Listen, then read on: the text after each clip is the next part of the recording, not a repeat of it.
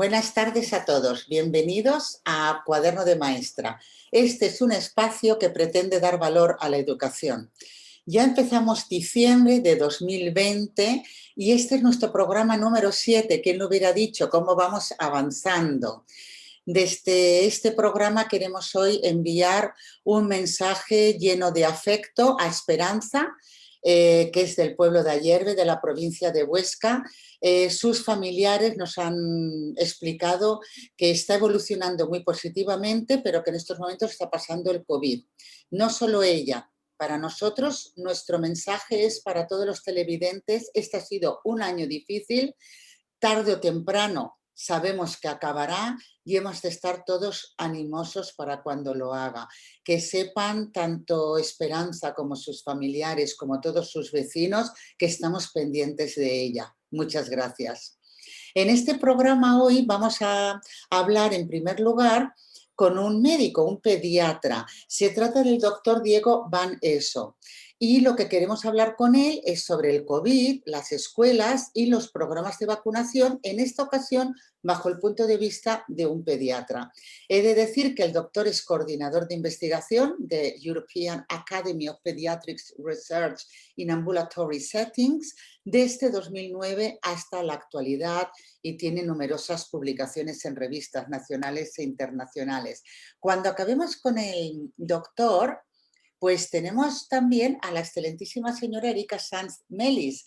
Digo excelentísima señora, sí, contamos hoy con una diputada de las Cortes de Aragón. Y lo primero que tengo es que agradecerle, estamos muy agradecidas, porque tuvo una gran disposición para colaborar con nosotros y nos contestó a vuelta de correo. Además, doña Erika Sanz es maestra de educación especial, así que hemos creído que nadie mejor que ella que nos pueda aclarar algún punto sobre la nueva ley y cómo afecta a la educación especial. Desde aquí queremos pedir a las autoridades que, por favor, que nuestros representantes, cuando se trata de educación, sean personas como Erika Sanz, que vienen del mundo de la docencia en cualquiera de sus magnitudes. Por último, contamos también con la presencia de la doctora Esperanza Morales López. Bueno, Esperanza es catedrática de Lingüística General de la Universidad de A Coruña e investigadora, pero es que además es una autoridad reconocida en lenguas de signos españoles y en análisis de discurso, y con ella queremos hablar de la educación de las niñas y de los niños sordos. A Esperanza la acompaña Marián González Sánchez. Marián es madre de un niño sordo, es maestra de educación especial y además forma parte del colectivo de Bulem Signa y esculta. Nuestras invitadas van a analizar la inclusión educativa en el caso de los niños y niñas sordos. Esperamos que el programa de hoy sea a gusto de ustedes y saben que lo pueden comentar en nuestras redes sociales, en un canal de Telegram que hemos habilitado para los comentarios o mientras dure este directo en YouTube. Muchas gracias. Hasta luego. Buenas tardes. Hoy tenemos con nosotros de invitado al doctor Diego Van Eso, pediatra, y como ya la conocen ustedes, la doctora Ana Teveroski. La entrevista de hoy al doctor va a tratar sobre esta situación que el COVID-19 ha planteado en las escuelas, bajo el punto de vista de un pediatra. Adelante, Ana. Bueno, buenas tardes, Ana. Hola, Pili, buenas tardes. Y buenas tardes, doctor Van Eso. Buenas tardes. Ana, ¿puedes empezar la entrevista, por favor? Sí, ¿me dejas compartir pantalla? Vale. Oh, sí, perdón.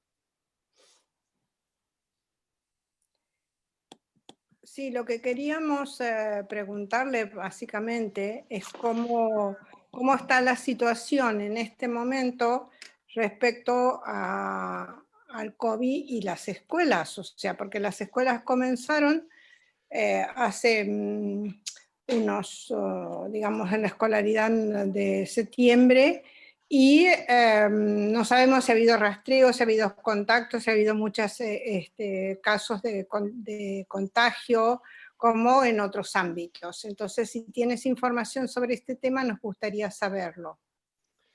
Bueno, desde mi punto de vista, podríamos enfocar el punto de COVID y escuela en 4 periodos. Un periodo que sería el periodo del verano, en el que se estuvieron preparando todas las actividades y todos los protocolos que iban a ser necesarios para la apertura escolar, después de un cierre escolar que duró de marzo prácticamente hasta el mes de junio. Y este fue un periodo de bastante debate, de bastantes mensajes apocalípticos de un lado y de otro, desde los que decían que no iba a haber ningún problema hasta los que veían un escenario muy dramático. Luego tuvimos el periodo real de inicio de la escuela a partir de la primera semana de septiembre. Se fueron incorporando los alumnos en función de los diferentes grados.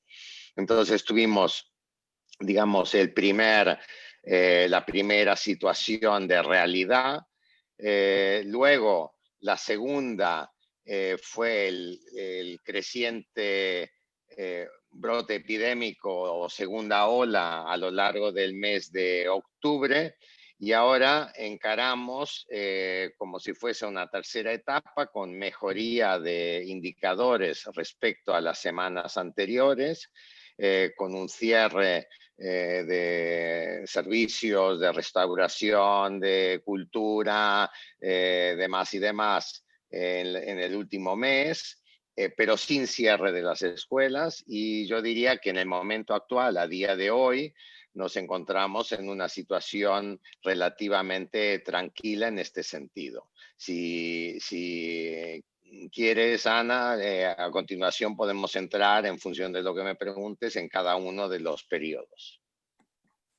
Vale, no, yo lo que quería preguntarte en el momento actual, que es lo que a la gente más le interesa, se habla de que a partir del semestre que viene ya va a haber un proceso de vacunación.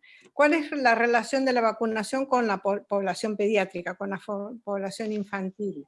No sabemos si será obligatoria, no, en España no son obligatorias, pero si habrá algún tipo de medidas respecto a la vacunación y los niños y adolescentes, y cuál es la situación particular, digamos, de los profesores, si sabes algo con respecto a eso. Bueno, precisamente hoy, martes, está en la mesa del Consejo de Ministros el plan elaborado por Sanidad sobre cómo se va a implementar la vacunación, y a lo que sabemos a día de hoy va a haber una serie de fases en las que se van a vacunar diferentes grupos de población. En estos grupos de población, los niños, por la particularidad de la pandemia en la edad infantil, pediátrica, va a ser el último grupo. Quiere decir que no creo que veamos una vacunación escolar masiva en los próximos cercanos meses. O sea, si se habla que una buena parte de la población va a estar vacunada, yo creo que los niños van a estar ampliamente vacunados para el curso escolar que viene, pero no para el actual curso escolar. De acuerdo. No, entonces no es obligatoria la vacuna, no hay ninguna medida que No, digamos, recomendada.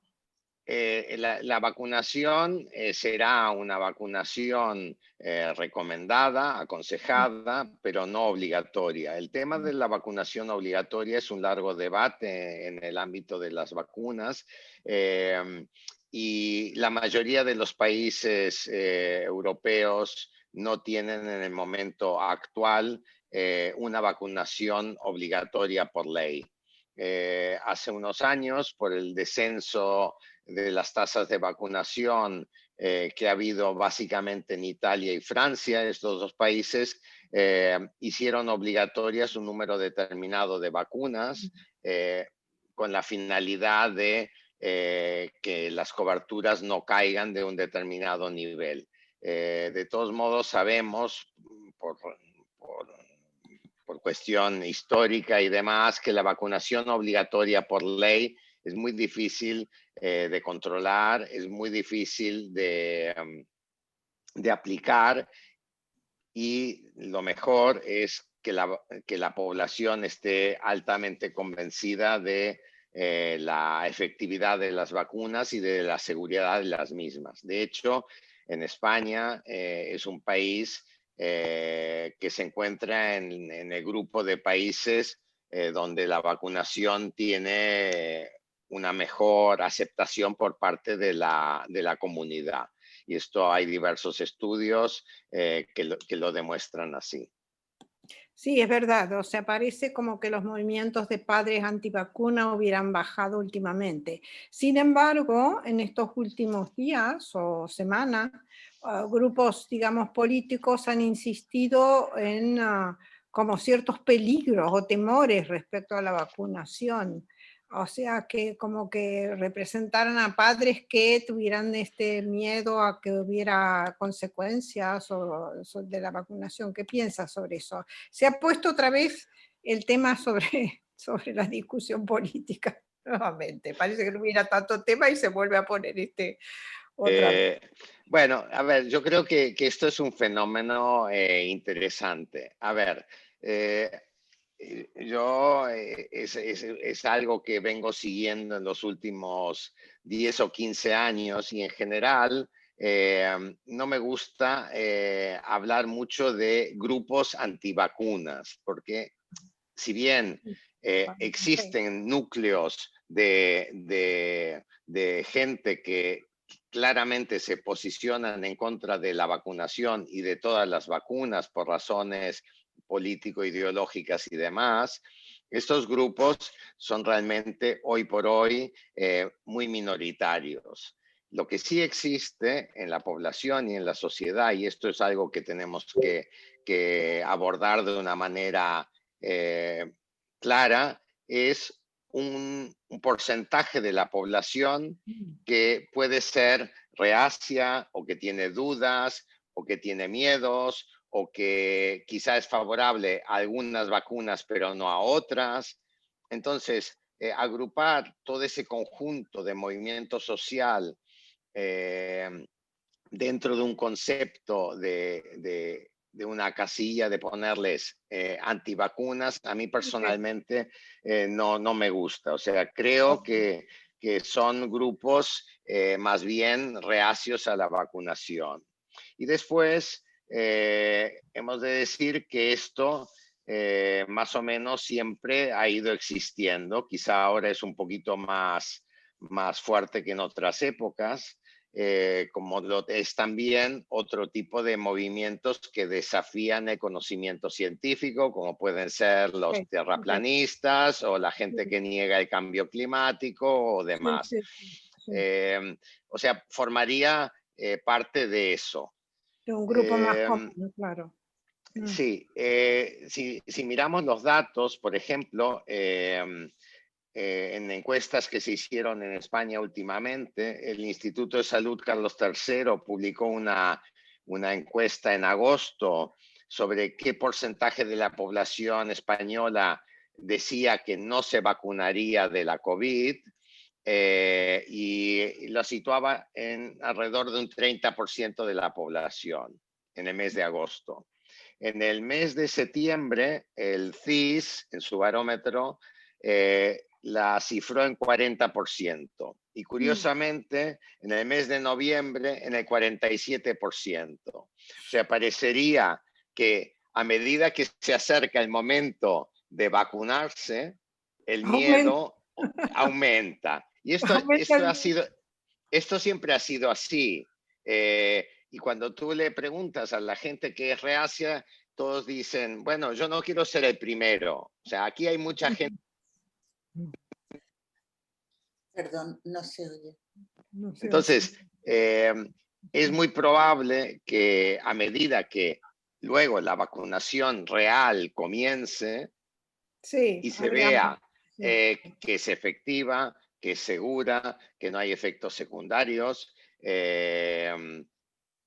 baje un poco el temor de la población a aceptar la vacunación. Y cuando se vean los beneficios claros de que es uno de los caminos, no el único, pero uno de los caminos o uno de los eslabones que nos permiten volver a la antigua normalidad o a una nueva normalidad modificada, pues yo creo que la población aceptará ampliamente la vacuna. Lógicamente, como estamos en una situación en la que hay grupos negacionistas sobre la existencia misma del virus, alguien que crea que el virus no existe y que es un invento, difícilmente aceptará ser vacunado frente a algo en lo que no cree. Pero yo creo que seguimos en una situación minoritaria. Ok, una última cuestión. Ahora hay 3 laboratorios que están ofreciendo la vacuna. Entonces, no sabemos si se nos dejará elegir o el Estado comprará una de ellas y se ha acabado, claro, porque en la prensa parecería como, esta te ofrece 90% de seguridad, esta te ofrece 70% de... Entonces, claro, digamos, como lector, ¿tú qué dirías? Yo la primera que salga, eso no me importa mucho, pero bueno, es como...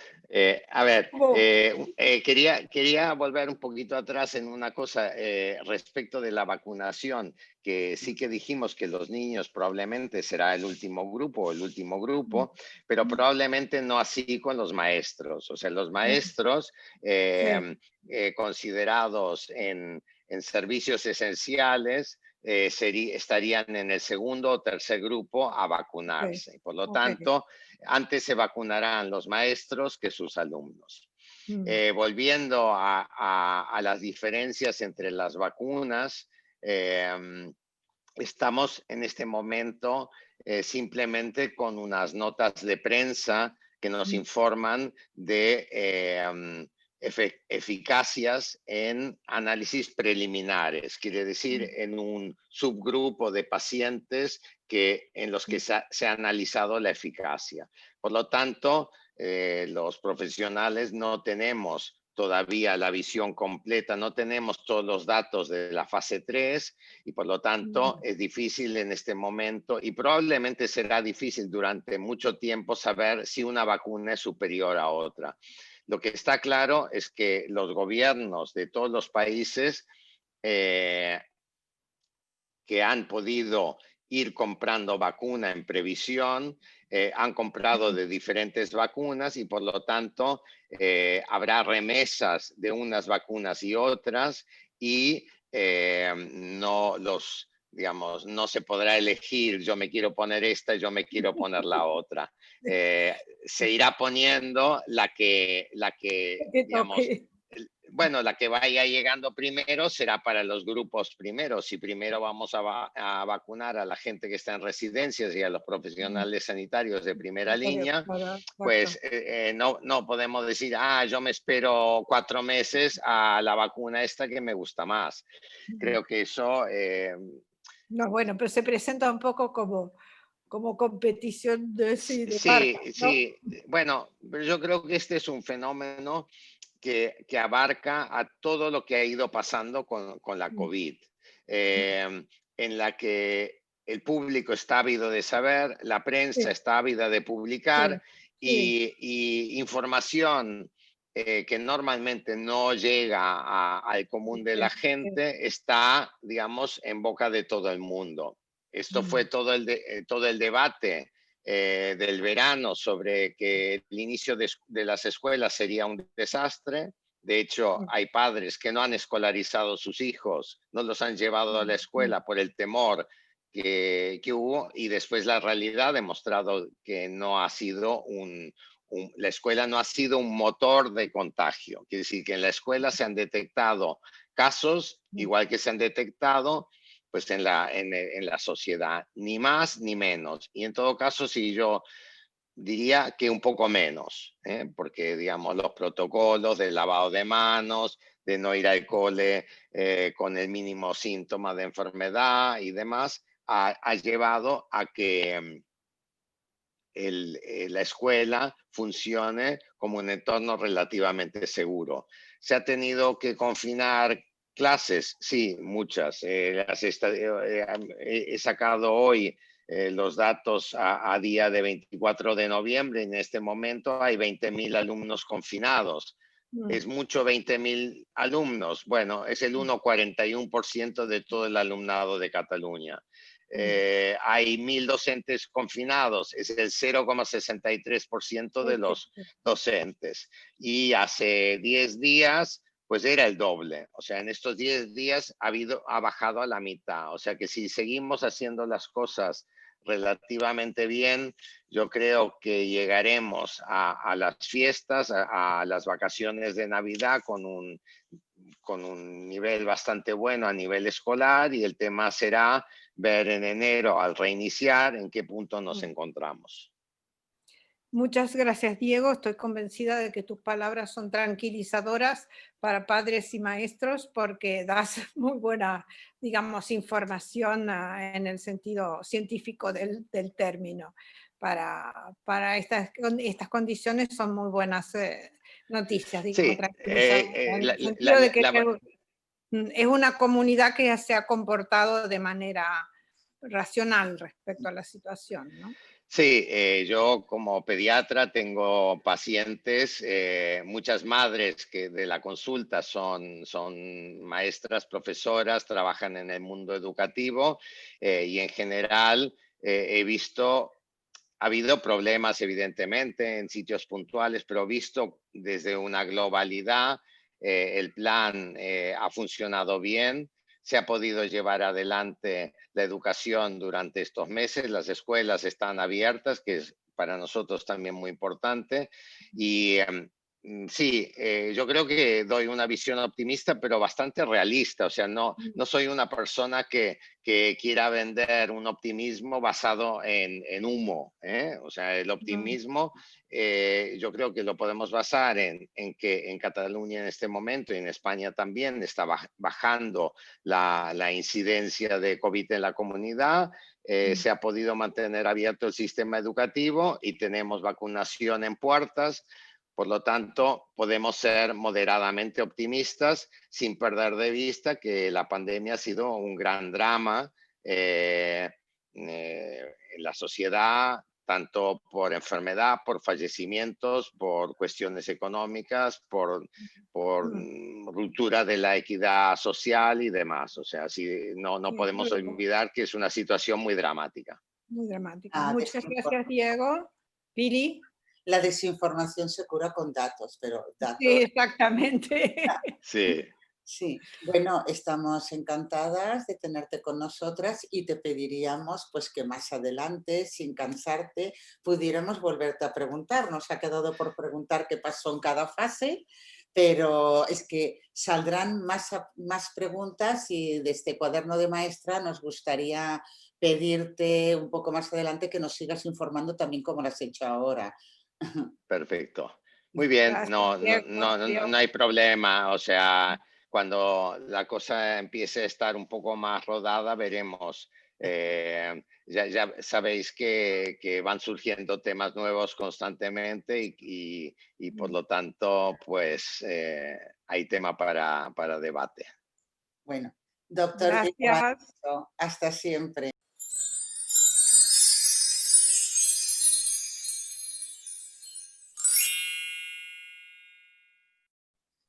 Hoy tenemos con nosotras a Erika Sanz Melis, o Melis, que es diputada por las Cortes de Aragón y la portavoz de Educación de las Cortes. Encantada de tenerte con nosotras, Erika. Muchas gracias. Encantada igualmente de estar aquí con vosotras y participar en este debate. Buenos días, Erika. Sí. Queríamos hacerte unas preguntas sobre la nueva ley de educación, pero lo primero que queremos decir a nuestro público es que tú no solo eres diputada y portavoz del gobierno autonómico en educación, sino que además eres y has estado ejerciendo como maestra de educación especial. Entonces, Eso es. sí, creo que hay muy pocos maestros en el área de educación. En política es una pena que no nos tengan más en cuenta y nos sentimos muy orgullosos de que una maestra nos pueda representar. Entonces, el propósito de esta entrevista es precisamente hablar de cómo queda la educación especial en esta nueva ley, porque ha surgido estos días pues muchas informaciones, hay familias preocupadas y entonces hemos pensado que nadie mejor que tú para que nos pudiera informar. ¿Qué piensas pues de cómo entiende esta ley al alumno? Lo primero es el alumnado de educación especial, ¿cómo lo entiende esta ley? Bueno, yo puedo hablaros desde mi experiencia como maestra de un colegio público de educación especial. Yo pienso que esta ley, primero hay que decir que es una ley muy positiva para el alumnado con necesidades educativas especiales, porque se habla del avance necesario hacia una educación inclusiva, una educación más inclusiva, pero que evidentemente también para ello se cuenta con los centros de educación especial. Es decir, los centros de educación especial no van a cerrarse ni van a desaparecer. Eso es algo que tiene que quedar muy claro y que las familias, el profesorado, bueno, toda la comunidad educativa tiene que conocer que para nada se está pensando en cerrar los centros de educación especial.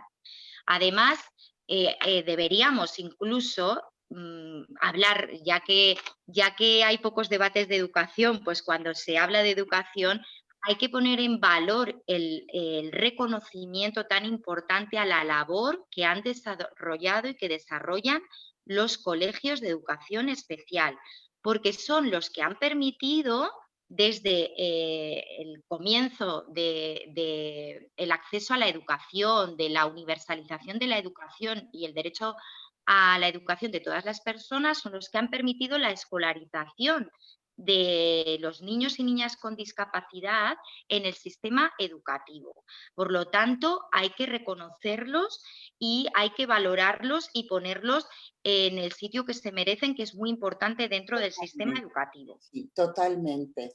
Claro, yo creo que hay que partir de allí Yo y la importancia que han tenido en la evolución educativa. Sí. ¿Vale? Pero es cierto que a la vez, bueno, pues claro, los tiempos van cambiando, ¿no? Y las necesidades son otras, las familias también pues han cambiado mucho, ¿no? La configuración de las familias, de las mentalidades, o sea, todo ha ido cambiando a lo largo del tiempo.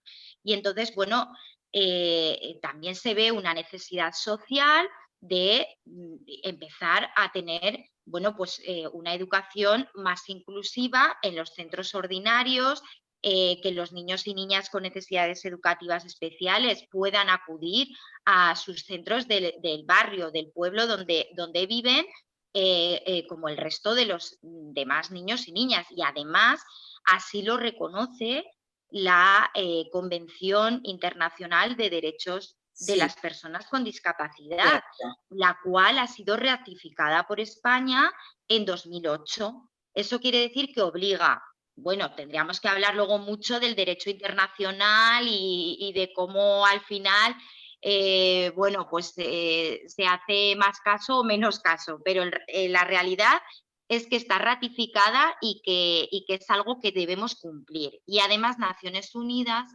también nos está indicando pues, que hay un bajo porcentaje en España de alumnado escolarizado en centros ordinarios de educación inclusiva. Entonces, bueno, pues yo creo que esta ley recoge que ese objetivo, bueno, es hacia el que hay que caminar. Yo he estado visitando algunas escuelas de educación especial que siempre te han recibido bien, y yo me quedo admirada. Yo me quedo admirada porque unos niños que tienen muchas dificultades, primero de todo los veo contentos, pero asisto al comedor y todos comen todo, perfecto, respetándose unos a otros. Eso solo se logra en una escuela de educación especial y que se sientan a gusto. Voy a la entrada, a la salida, hablo con la directora, fue el año pasado que visité, bueno, antes de la pandemia, no he podido volverlo a visitar, un colegio aquí en mi barrio. Y cuando los ves subir y bajar por las escaleras, que además había escaleras súper cuidadas, pero escaleras, lo hacen con un orden que luego a lo mejor en otros colegios no. Claro, allí yo lo valoro mucho. Hay familias que yo conozco con alumnos de necesidades educativas especiales que me dicen, es que mi hijo no tiene por qué ir a un colegio aparte, yo quiero que mi hijo vaya al colegio como los demás. Pero nos encontramos entonces que los maestros, cuando les llega un niño sin ayuda, pues claro, lo pasan mal porque no saben cómo integrarlo. En fin, lo valoro mucho. Claro, yo estoy de acuerdo con las palabras que dices, que es que no hay que romantizar la escolarización del alumno con necesidades educativas especiales, en el sentido de que las familias se encuentran con un proceso cuando tienen que escolarizar a su hijo o hija difícil, porque a veces se encuentran pues incluso con la propia administración que no está bueno, facilitando, ¿no? Entender pues cómo las familias quieren apostar por la educación inclusiva, porque vayan a un colegio, como digo, pues a veces es el colegio del hermano y de la hermana, ¿no? Y que bueno, pues que es que quieren ir al mismo colegio. Y al final se trata de eso, de lo que falta es, bueno, pues más recursos. De hecho, esta ley, bueno, en varios momentos habla de la necesidad de apoyos a los centros ordinarios para que esto sea así. Claro, efectivamente no podemos hablar de que estamos haciendo una educación inclusiva solamente escolarizando a los niños y niñas con discapacidad en un centro ordinario. Para que esa atención sea realmente inclusiva necesitamos medios y el profesorado necesita apoyo. Si una tutora, no es lo mismo encontrarse con una clase de 22 niños y niñas o de 25 incluso que están en muchas aulas, y en la que haya, pues, por ejemplo, 2 o 3 alumnos con necesidades educativas especiales. Eso requiere pues un apoyo no solo de atención, de apoyo en la atención en el aula, ¿no? Sino que también pues unas adaptaciones metodológicas, una formación que es necesaria y que yo creo que, bueno, pues es el momento de que todo eso se organice, se ponga, bueno, se ponga por escrito esas necesidades y se vayan dando cumplimiento pues a todos esos recursos que necesitamos en las aulas, y que es muy necesario también pues que haya más orientadoras para hacer bueno, pues esos informes de evaluación psicopedagógica en los que se van a basar la escolarización de estos niños y niñas. Se necesita pues más profesorado de apoyo, ALs, PTs, se necesita también pues, bueno, pues más auxiliares. Yo creo bueno, que hay necesidad de aumentar recursos. Ana, tú como experta en psicopedagogía, como nuestra principal experta y además de lujo, ¿qué nos puedes decir, por favor, sobre este tema? Sí, a mí lo que me preocupa, estando de acuerdo con los principios generales de la educación inclusiva, lo que me preocupa es, Erika, la concreción de esos principios, digamos, porque a nivel de discurso estamos todos de acuerdo, pero claro, luego tenemos la situación más concreta de que son necesarias ayudas para el profesorado, para los niños integrados también para el resto de los alumnos, y sobre todo, claro, lo que tú mencionabas de adaptaciones curriculares, o sea, ¿quién es responsable de hacer estas adaptaciones curriculares y en qué condiciones se encuentran? O sea, ¿qué recursos tienen o qué recursos se pueden pedir? Porque digamos, en función, lo que yo creo es que en función de un análisis de la situación, tú puedes decir, en este centro o en este grupo de centros se necesita un apoyo de tal tipo, y ese apoyo puede ser permanente o transitorio, o porque claro, hay ciertas adaptaciones que no se necesita que esté todo el mundo todo el tiempo, pero lo que sí es necesario es que se hagan, dada la diversidad también de la educación especial. ¿Qué es lo que sabes tú de las adaptaciones y del personal para ese apoyo, para esa situación? Bueno, las adaptaciones curriculares, ¿quiénes están implicadas? Pues realmente toda la administración, porque desde el comienzo de la escolarización de un niño o una niña con discapacidad, pues bueno, hay muchos profesionales, muchas especialistas que colaboran en esa adaptación, que al final viene a ser un reflejo de la respuesta educativa que necesita ese niño a lo largo del sistema educativo y que va a ser cambiante, es decir, seguramente no necesitará las mismas adaptaciones cuando empiece en infantil que cuando continúe en primaria o incluso en secundaria, que no olvidemos que la educación secundaria es una etapa educativa obligatoria, y que, bueno, pues deberíamos intentar que el alumnado permaneciera todo lo posible en secundaria también por ser una etapa educativa obligatoria. Entonces, las adaptaciones curriculares pues van a necesitar de muchos profesionales, desde los orientadores y orientadoras, que me imagino que esto debe ser algo que pasa en todo el estado, porque en Aragón tenemos carencia de equipos de orientación, porque creo que deberían aumentar pues bastante más el número de orientadores y de orientadoras, hasta, bueno, pues el profesorado implicado, pero incluso también pues la propia administración tiene que saber y tiene que formarse sobre la idoneidad de un régimen u otro, de si el niño necesita a lo mejor una escolaridad combinada, que a veces pues no es solo estar en el centro de educación especial o en el centro ordinario, sino que bueno, se puede combinar porque hay recursos de los que se puede beneficiar en un centro de educación especial, y entonces pues bueno, por ejemplo fisioterapia o algunas otras cuestiones que pueda no tener en el centro ordinario, pero que se puedan proporcionar en el centro específico y se pueda hacer esa escolaridad combinada. U otras veces, pues bueno, se tiene que dotar al centro ordinario de ciertos servicios que no existían y que deben existir para que el alumnado se pueda integrar y se pueda hacer esa educación inclusiva en el centro ordinario. Por lo tanto, hablar de las adaptaciones curriculares pues es hablar de todo, desde adaptación metodológica, ¿no?, hasta bueno, adaptación de sistemas de comunicación que pueda presentar un alumno. Quiero decir, lo que se necesita es mucha implicación para hacer esas adaptaciones curriculares, y volvemos un poco a lo mismo.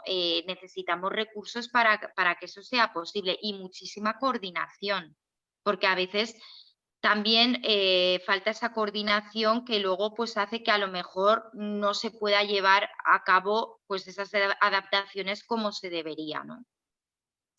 Yo una pregunta, los centros que reciben niños de educación especial en inclusión, digamos, ¿que te han presentado demandas, te piden cosas concretas para estas situaciones? Por un lado, los centros mismos, o sea, yo me imagino por mi experiencia que los profesores necesitan no solo materiales, sino también orientaciones y formación para incluir a estos niños, digamos, ¿no? Y por otro lado, los orientadores, además del trabajo de diagnóstico, derivación y seguimiento, ¿tienen alguna participación pedagógica o psicopedagógica estrictamente? ¿Te han hablado de estos temas? digamos, a ti como representante de, ¿no? de un partido político y persona con la cual se puede hablar. Sí, sí, sí. Te digo porque la administración es tan grande y tiene gestión tan amplia. Sí, efectivamente. Vamos a ver, yo a lo largo de estos años como diputada sí me he encontrado más casos, por ejemplo, de familias que han tenido dificultad en que la administración les diera una plaza para su hijo o hija en régimen inclusivo que en centros de educación especial. Sí, ¿Vale? Me he encontrado más casos en este sentido. Las demandas de los orientadores, de los especialistas de apoyo, ¿no?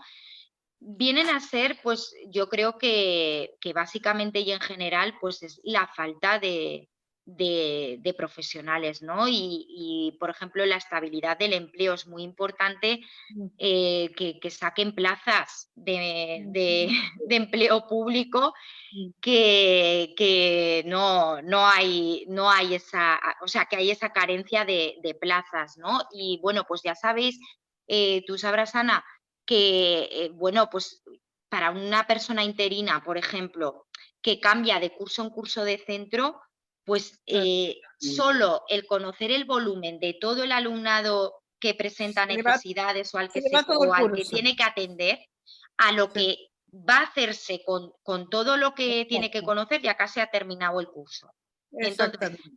Entonces es como que se tienen que enfrentar a una serie de cosas pues en un límite, ¿no? En un corto periodo de tiempo que, claro, es muy complicado afrontar todo eso, ¿no? En un curso escolar. Entonces yo creo que es algo a lo que desde luego tenemos que avanzar en crear esas plazas de orientadores y orientadoras. Por ejemplo, que haya un orientadora para un centro de secundaria de 1.500 alumnos. Es que, quiero decir, la ratio a veces se desborda.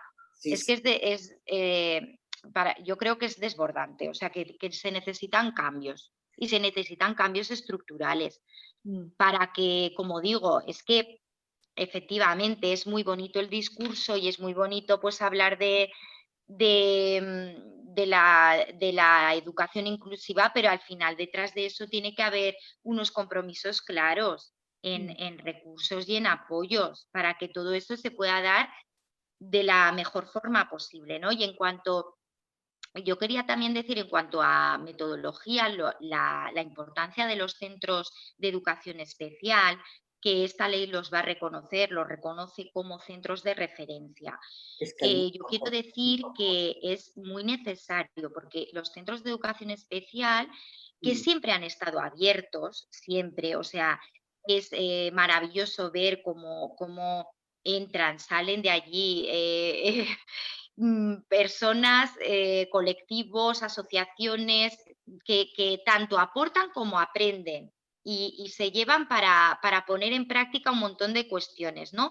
Yo, por ejemplo, hay un centro que tiene un módulo de formación profesional de carpintería. Bueno, pues estos chicos y chicas han colaborado con mi centro en el que yo estoy de educación especial en elaborar mesas, pupitres adaptados, sillas adaptadas para los niños y las niñas. ¿Qué quiere decir con esto? Pues que además están haciendo un trabajo, una labor en la que ellos están aprendiendo, pero a la vez saben, o sea, qué niños les ponen nombres, caras a esos niños y niñas que las van a utilizar, saben el por qué tienen que hacer eso, ¿no? Porque no pueden utilizar una silla como utilizamos todos los demás, sino que tiene que estar adaptada y por qué mejoramos. Y para mí ese alumnado de ese módulo de carpintería, pues ya no va, ya seguramente a lo largo de su vida ya no va a permanecer indiferente a la diversidad. Erika, es un aprendizaje que me parece maravilloso. Total. Y eso lo están fomentando los centros de educación especial, por ejemplo, ¿no? Ahora mismo, en la actualidad. Sí, que hay muy pocos además, o sea, de repente hay una polémica como que van a desaparecer y nadie se ha ocupado de que hubiera más. Y hay muy pocos. Mira, es que escuchándote te tengo que dar las gracias porque por dos motivos. En primer lugar, porque eres una persona que tiene un cargo público y bueno, hemos contactado contigo con la mayor facilidad, no me has atendido, me llamaste desde tu teléfono personalmente y ni me conocías, pero ahora veo la gran oportunidad que hemos tenido porque no nos lo estás explicando como política, sino como maestra. Y desde aquí nos gustaría llamar la atención a las administraciones que, por favor, los cargos de educación lo que necesitan son maestros. Profesionales de educación. Claro, porque es que no hay. No solo maestros, profesionales de educación. Perdón, gracias Ana, tienes toda la razón.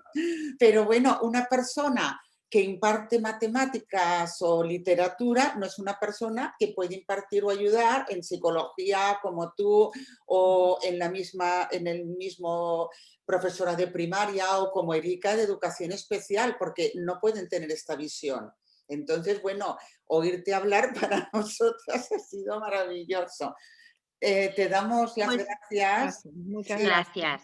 Y bueno, esperamos volverte a ver en este programa.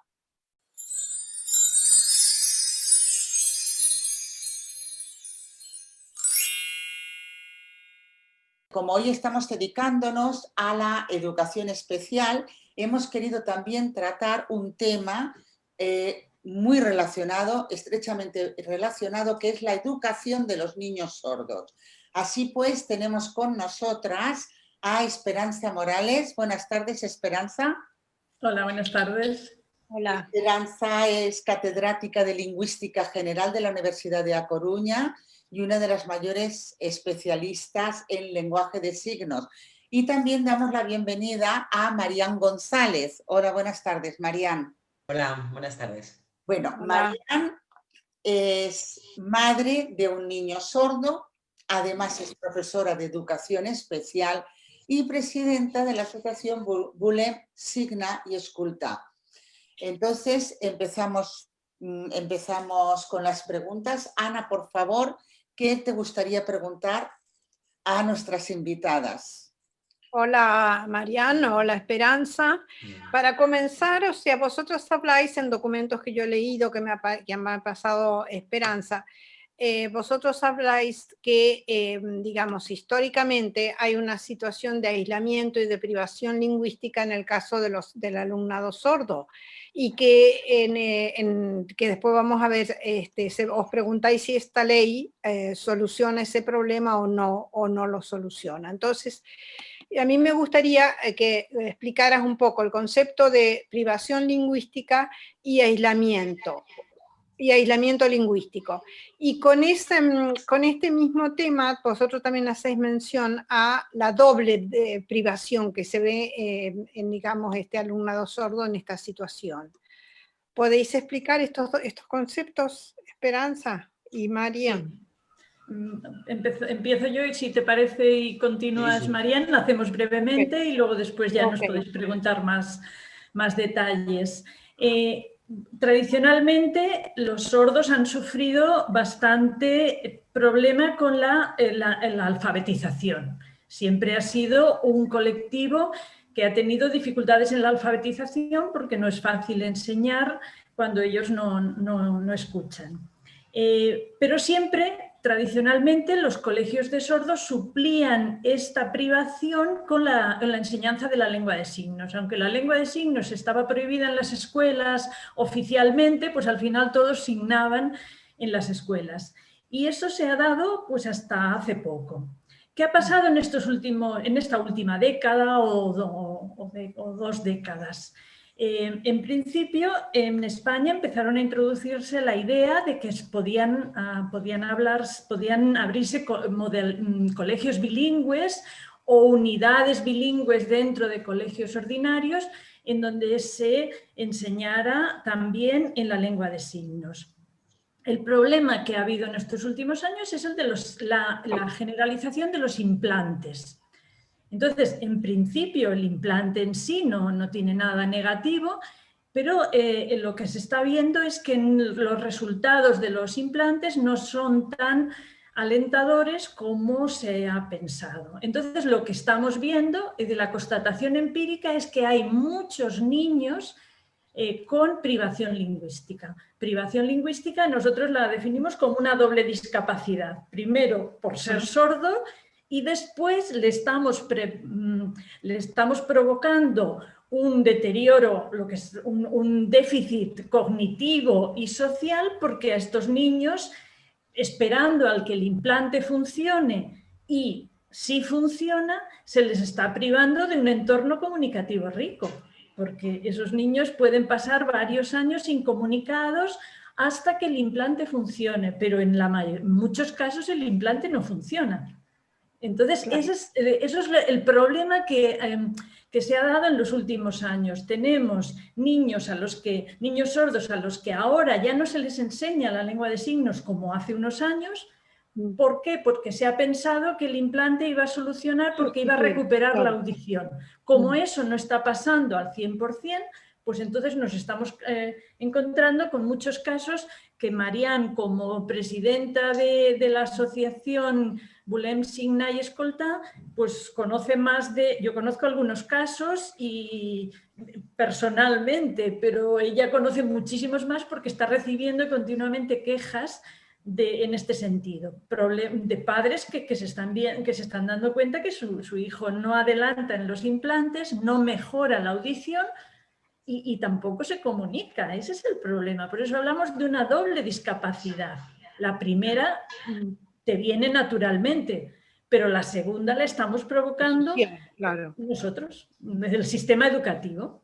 Y Marianne es la que conoce más casos ya en concreto de todas las familias que les llaman y les presentan sus dificultades y sus ansiedades en este tema. Sí, no, lo que comenta Esperanza es realmente es muy grave, ¿eh? Nosotros a la asociación recibimos llamadas y mensajes más o menos continuamente de familias, incluso, por ejemplo, ¿no? un caso que a mí me llegó al alma, ¿no? Durante el confinamiento contactó con nosotros una mamá de un niño de 11 años. Este niño pasaba al instituto a primero de la ESO. Con 11 años, este niño con implante coclear bilateral, desde bien pequeño, ahora con 11 años, decía 3 o 4 palabras en lengua oral y no sabía lengua de signos. Un niño, bueno, pues un poco como el niño salvaje, ¿no? Un niño con 11 años sin apenas comunicación de ningún tipo y sin ningún lenguaje. Esta mamá me explicaba que el niño no entendía, ¿no? Porque estaba en casa, no lo entendía. Y que la ansiedad que tenía era tan exagerada, ¿no? Que el niño se arrancaba el pelo, ¿no? Situaciones de estas son continuas. El otro día me llamaba una mamá, ayer o antes de ayer, se lo comenté a Esperanza.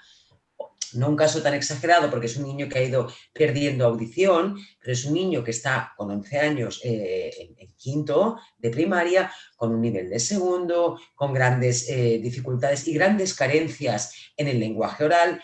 Aún no ha tenido contacto con la lengua de signos, un poco porque no se lo han aconsejado los profesionales, la familia no ha escogido esa opción porque a las familias el problema más grave que tenemos es que no se nos informa, informa desde los CREDA. El CREDA es un servicio externo del Departamento de Educación que tiene la obligación y el deber moral, además, de informar a las familias de qué es lo que necesitan los niños y las niñas sordas para poder desarrollarse con plenitud. Y esto no se está haciendo. Lo único que se hace es continuamente fomentar la modalidad oral, es decir, solamente la lengua oral. Y claro, como ha dicho Esperanza, el milagro no existe. Los implantes cocleares y los audífonos pueden ayudar muchísimo a muchos niños y no estamos para nada en contra de las ayudas protésicas, pero no son la solución. Perdona, Marianne, cuando tú hablas que los especialistas no lo han aconsejado, ¿a qué especialistas te refieres? Mire, yo me refiero concretamente a los CREDA. Los CREDA son los Centros de Recursos Educativos para Deficientes Auditivos. Hay 10 en Cataluña distribuidos por zonas y allí pues son el centro específico. Hay logopedas, audioprotesistas, psicopedagogos y estos profesionales no informan a las familias sobre el bilingüismo, sobre la importancia de la lengua de signos en el desarrollo de los niños y las niñas, sobre todo en la etapa 0-5 años. Esta etapa es imprescindible. ¿Me quieres Una pregunta.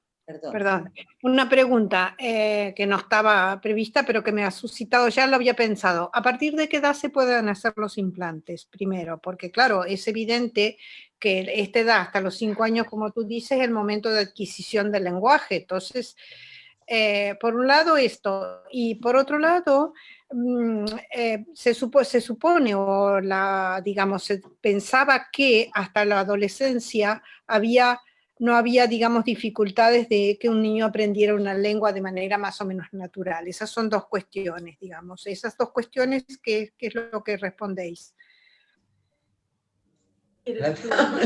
Bueno, contesto a la segunda y la otra la puede contestar María. La segunda, las investigaciones, el tema de los implantes, el tema de la privación es un tema que está ahora mismo internacionalmente, se están publicando no bastantes, pero por lo menos varios artículos al respecto, lo cual indica que parece que está habiendo el problema en otros sitios también, no solamente lo estamos viendo aquí. Entonces, en relación con el periodo crítico, siempre se había pensado que la adolescencia o la pubertad, la adolescencia era la etapa en la que empezaba a ser crítica la adquisición de una lengua. En un artículo del 2013 que hace unos meses que he leído, habla de que esa edad, los estudios actuales hablan de en torno a los 8 años. Entonces, el periodo crítico empezaría ya en torno a los 8 años, pero eso no quiere decir que no se va a adquirir posteriormente una lengua, sino que habría problemas en la adquisición de la fonética o de la sintaxis, es decir, algún problema en los niveles, en alguno de los niveles lingüísticos, lo cual quiere decir que a partir de los 8 años puede ya no adquirirse una lengua de manera nativa. Ese sería, se podría ir, pero a lo mejor ya no de manera nativa, de tal forma que ya el niño pues, tendría problemas en alguno de los niveles lingüísticos. Esos son los estudios que se están haciendo ahora, o lo que están publicando.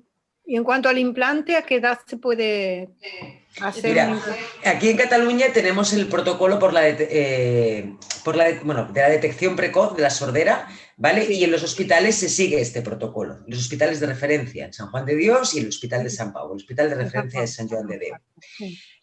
Ahora tenemos la suerte de unos años hace unos cuantos años, que podemos saber que un niño o una niña es sorda prácticamente desde el nacimiento, antes de salir del hospital, con un cribaje neonatal. Con lo cual la detección precoz está asegurada. A partir de ahí se sigue todo este protocolo en el cual si el niño tiene una sordera severa o pregona, lo que sí hacen es intentar, por protocolo, recuperar algo de audición con audífonos, ¿vale? Entonces, según el protocolo, a partir de los 6-8 meses ya se ha probado, ¿no? Que ese niño, ha probado la utilidad con esos audífonos, ¿no? A ver si recupera, si no, se hacen las pruebas de si es candidato o no a implante y se informa a la familia y la familia está de acuerdo. Si es así, un niño puede estar implantado a partir de los 7, 8, 9 meses antes del año de vida. Es más, ahora en Cataluña, desde hace un año y medio aproximadamente, cuando se da el caso de que, que llega a este punto y el niño es candidato a implante, se hacen implantes bilaterales, ya se les implanta doble. Se me ocurre, ¿hay ayuda para los implantes? Porque tengo entendido que es una ruina. A ver, los implantes las familias no cubren el coste de los implantes, sino que lo cubre la Seguridad Social, ¿vale? Pero los implantes son muy, muy caros, ¿vale? Un implante coclear tiene un coste aproximado, lo tengo aquí para no equivocarme, una media de unos 35.000 euros. Esto es un implante coclear. El problema no es solo eso, los implantes los cubre la Seguridad Social. El problema es el mantenimiento de esos implantes. ¿Por qué? Pues porque la parte externa en algún momento hay que cambiarla. Porque, van con pilas, ¿no? Continuamente hay que comprar unas pilas determinadas. El otro caso es que se estropee o que no funcione o que haya algún problema. Y además, el problema con los implantes es el tipo de logopedia que requiere. Requiere una logopedia específica que tiene un coste económico muy grande para las familias. No todo el mundo puede costearse todos esos recursos para que esos implantes funcionen.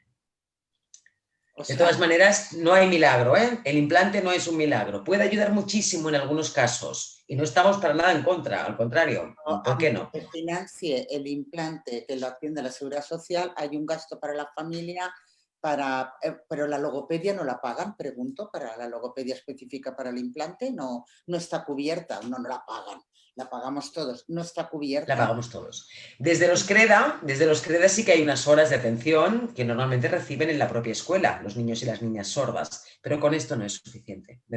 Suelen necesitar muchas más horas de logopedia, de refuerzo, de anticipación de contenidos. Bueno, Vale. ser sordo es bastante complicado, ¿eh? No Vamos, recibir la información al completo es una dificultad claro. grave. Vamos entonces al aspecto educativo de la problemática, si os parece. Yo hace poco más de 40 años que estoy en España. Desde que he llegado aquí se ha discutido la cuestión de oral asignado, es una cuestión eterna, parecería como, no sé, como que no llegan. Entonces mucha gente que defiende la opción oral sostiene que asignar es como un obstáculo para el esfuerzo que tiene que hacer el niño en aprender el lenguaje, digamos, oralizado. La cuestión del obstáculo sigue igual que hace 40 años o no, ese es un tema. Otro tema es en las escuelas de 0-3 y en la escuela, digamos, de los pequeñitos, de los parvularios. Hay información hay algunos especialistas, por un lado, que puedan trabajar con los niños bilingües, signantes y oral. Los profesores saben de algo acerca de esta situación, o sea, ¿qué tipo de apoyo desde el punto de vista específico tienen en educación infantil y 0-3? ¿Podéis contestar a esto? Pues empiezo yo con el eterno debate oralísimo, Exacto, sí. lengua de signos. Ese es el debate desde el siglo XIX, ¿no? Hace 40 años y todavía no lo hemos resuelto. Bueno, no lo hemos resuelto, ¿por qué? Pues yo creo, primero ha vuelto a resurgir lo que nosotros llamamos neo-oralismo, ha vuelto a resurgir con la tecnología, con los implantes. Es decir, podríamos decir que en los años 80 o 90 había un consenso de que el bilingüismo podía resolver el problema, es decir, obviamente bilingüismo es lengua oral y al mismo tiempo lengua de signos. Pero claro, la tecnología y los implantes han introducido una nueva idea del oralismo, de que sí, de que es posible convertir a los niños sordos en oyentes. Y eso, los primeros años, parecía como que era que sí. Ha habido estadísticamente se habla de que el 20% recuperan una audición bastante aceptable. Como mucho, el 20% dice, siendo muy optimista, dicen hay un artículo que habla de en Estados Unidos. Aquí no tenemos datos, pero el problema es que eso no es cierto. Es decir, empíricamente tenemos ya muchos casos aquí en España de esa privación que hemos ido hablando ahora, hace un momento. Entonces el problema vuelve otra vez a resurgir el debate. ¿Cómo se puede estar defendiendo el oralismo cuando vemos que no funciona, que no se recupera, o si se recupera la audición, pero no para la adquisición de una L1? Ese es el problema. El problema no podemos estar en contra de los implantes si se recupera un 10%, un 15%, un 20%, un 30%, pero la cuestión está en si eso es suficiente para el desarrollo de una lengua y el desarrollo posterior de la alfabetización. Es decir, y lo que estamos viendo que eso no es así. Es decir, no se recupera suficiente para considerar que la lengua oral es una L1 y por tanto ya tenemos problemas en la privación lingüística y consecuencia de eso, fracaso escolar. Pero no es una cuestión solo de fracaso escolar, es una cuestión de privación lingüística. Si no tienes una lengua, un input suficiente, tampoco vas a desarrollar una lengua, y si no desarrollas una lengua, no desarrollas las funciones propias que supone tener una lengua. las funciones cognitivas y la función comunicativa y social. Y Entonces, emocional. Y emocional, claro, obviamente. Entonces, el problema es ese eterno debate, oralismo o lengua de signos, ahora mismo lo volvemos a tener. ¿Por qué? Pues porque la tecnología, sí. y yo creo porque también aquí hay un negocio. Obviamente, cada implante, si son 35.000 euros, más luego después todos las pilas, lo que se rompe, los diferentes aparatos y repuesto, todo eso es un dinero que las empresas, bueno, no sé si os habéis dado cuenta, pero en las ciudades ahora hay un montón de tiendas de audífonos. Sí. Pero, quedaba claro, el otro aspecto. Y la otra pregunta, es decir, el otro, entonces nosotros lo que estamos defendiendo es precisamente, primero, profesionales, claro.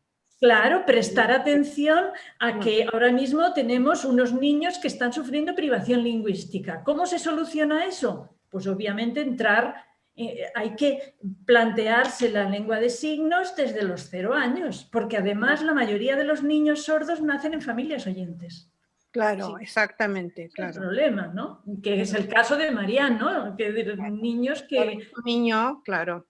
Hay una otra cuestión, bueno, ahora yo puedo preguntar y preguntar porque es un tema súper interesante. Tú hablaste de la alfabetización. Dentro del lenguaje de signos está la posibilidad de deletreo, ¿no? De hacerlo, vale. Esto se aprende ¿cómo? Quiero decir, un niño prealfabetizado puede llegar a aprender signos para decir nombres propios, por ejemplo. Pues Marian, que ha tenido la experiencia de un niño sordo. Yo creo que sí. Marian, sí puede. A ver, explícanos esto. Eso es súper interesante. Bueno, desde el punto de vista de la investigación, imagínate.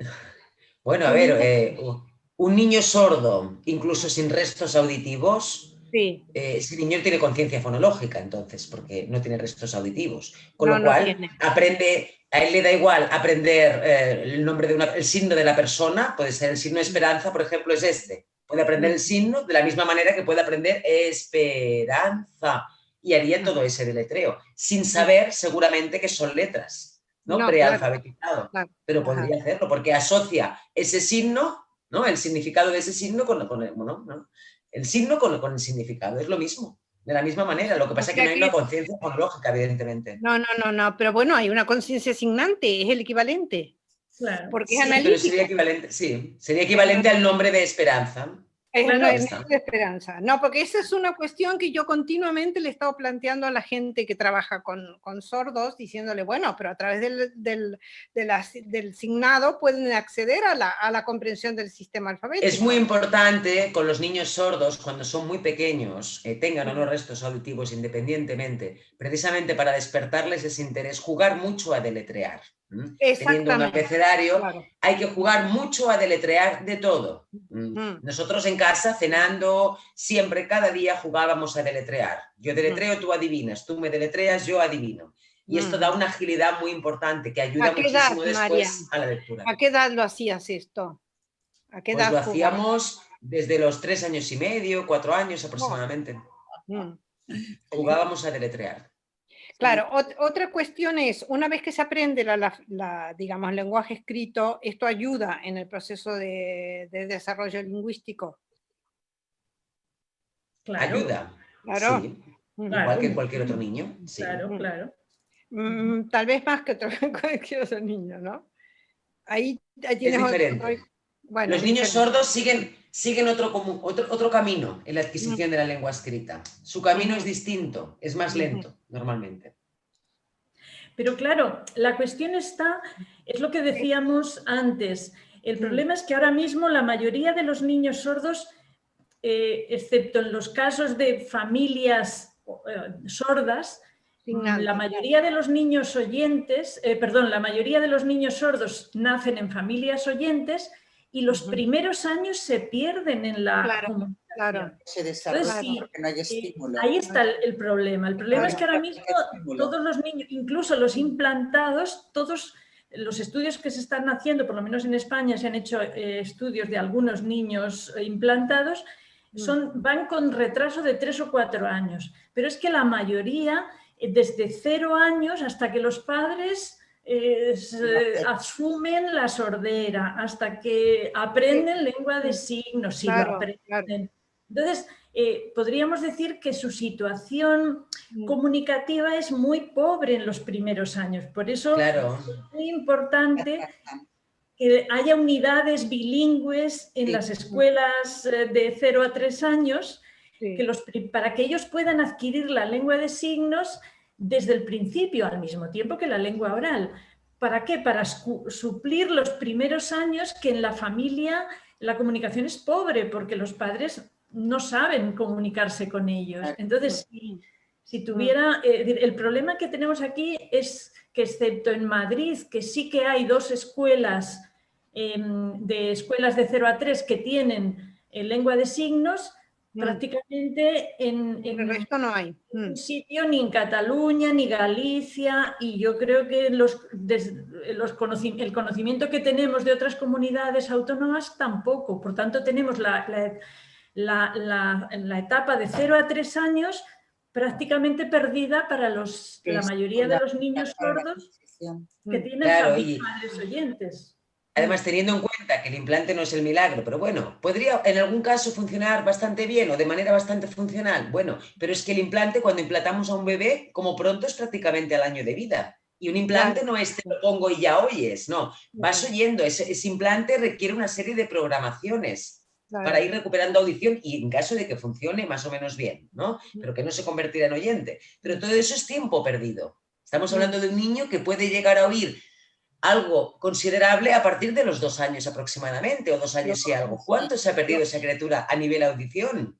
¿No? A nivel de lenguaje, de adquisición. Yo encuentro un poco una mentalidad decimonónica, esto que decíamos del siglo XIX, eso de pensar siempre en el esfuerzo, pero mal interpretado. Es decir, no le pongas la cosa fácil del signo porque entonces no se esforzará en oír.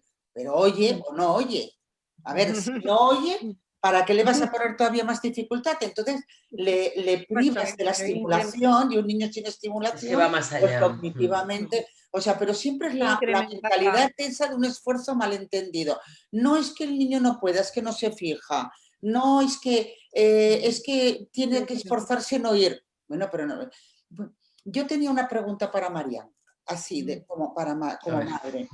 Hemos estado hablando de las ayudas que hay que hacer a los niños sordos para que puedan recibir enseñanza, educación.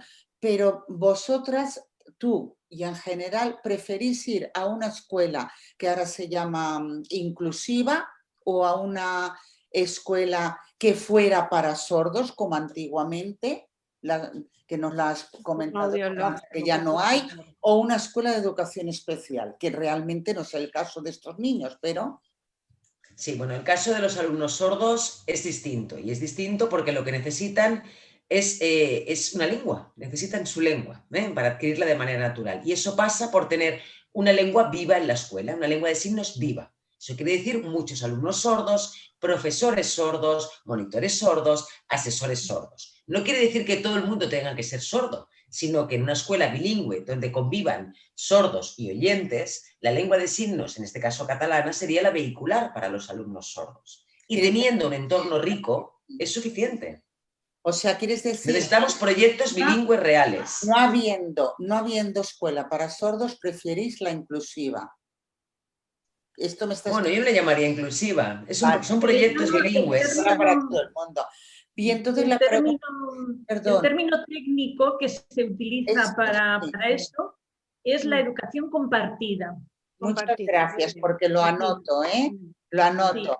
Sí. Os explico una anécdota. Hace unos años estaba en Roma y estuve en el laboratorio de Virginia Volterra, que tú conoces. Sí, es muy conocida.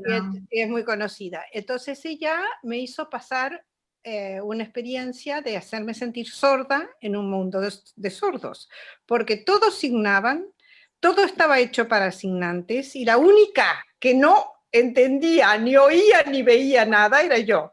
Fue una experiencia muy interesante, muy interesante. Pero entonces, digamos, pedagógicamente interesante. Claro, claro. Bueno, pues el término técnico la traducción que se ha hecho al español del modelo que se considera más adecuado sería la educación compartida. ¿Qué es la educación compartida? Pues es una inclusión en una clase, un grupo de oyentes y un grupo de sordos. Normalmente siempre va a ser más reducido los sordos que el de oyentes, con dos profesoras en el aula. Perdón. No, perdona, Esperanza, sigue, que eso es muy interesante, que haya dos profesoras, sí. Sí, con dos, por ejemplo, el colegio Tres Pins, donde han ido de Barcelona, en Montjuïc, donde han ido el hijo de Marianne, y otros colegios en Madrid, también hay varios colegios muy buenos en donde se desarrolla la educación compartida. Entonces, en un aula hay dos profesoras, una la tutora y la otra que se llama la cotutora. Entonces, una utiliza la lengua oral y la otra signa. Entonces, en el aula todo al mismo tiempo se está transmitiendo en lengua oral y al mismo tiempo en lengua de signos.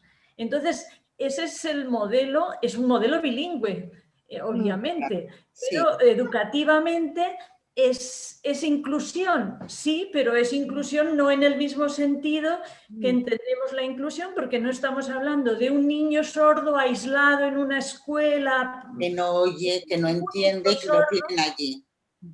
Sino un grupo de niños, como decía Marianne, con una lengua que pueden ir desarrollando de manera rica.